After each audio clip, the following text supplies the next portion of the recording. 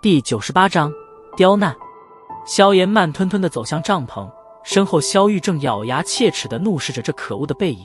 他可没想到，这家伙竟然这么不给面子。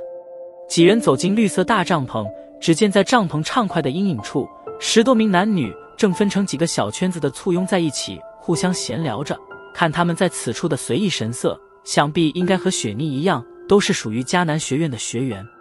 在阴影之外，20几名年轻男女正顶着炎炎烈日席地而坐，虽然因为高温而导致脸庞上汗水直流，不过他们神色间却是充满着拘谨，看样子他们貌似是刚刚通过外围测试的新生。